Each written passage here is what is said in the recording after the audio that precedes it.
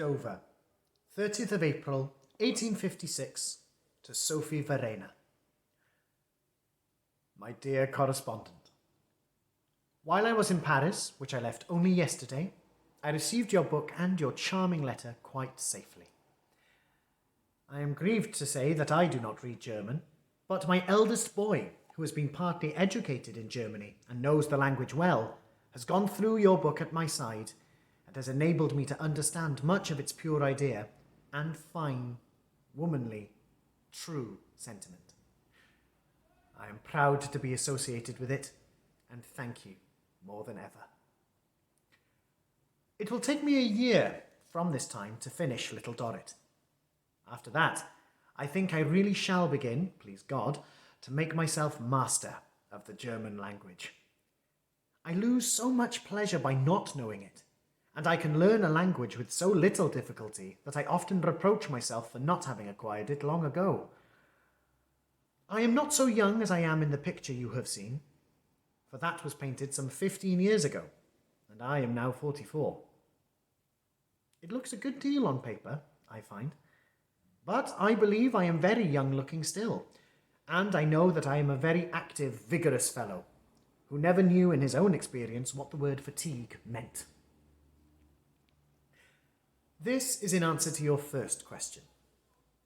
In reply to your second question, whether I dictate, I answer with a smile that I can as soon imagine a painter dictating his pictures.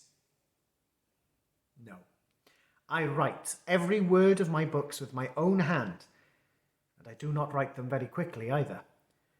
I write with great care and pains, being passionately fond of my art and thinking it worth any trouble, and persevere, and work hard.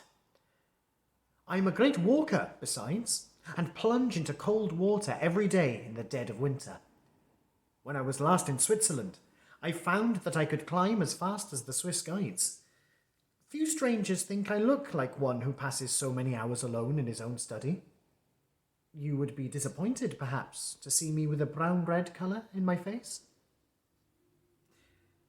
I very seldom write or talk about myself, but you express your interest so naturally and unaffectedly that I feel I ought to describe myself in the same spirit. It makes me sorry to find you describing your health as very delicate.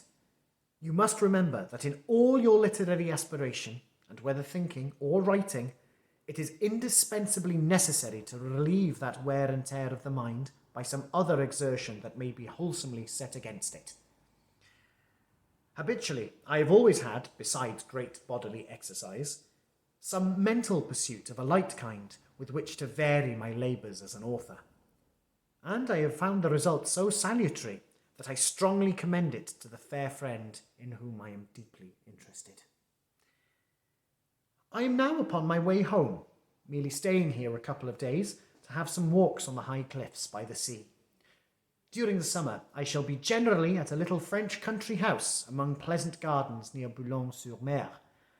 But that is only a few hours' journey from London, and I shall receive letters and papers from thence 2 or 3 times a week. My best address, therefore, is at my own house, Tavistock House, London. And there I shall always be delighted to hear from you.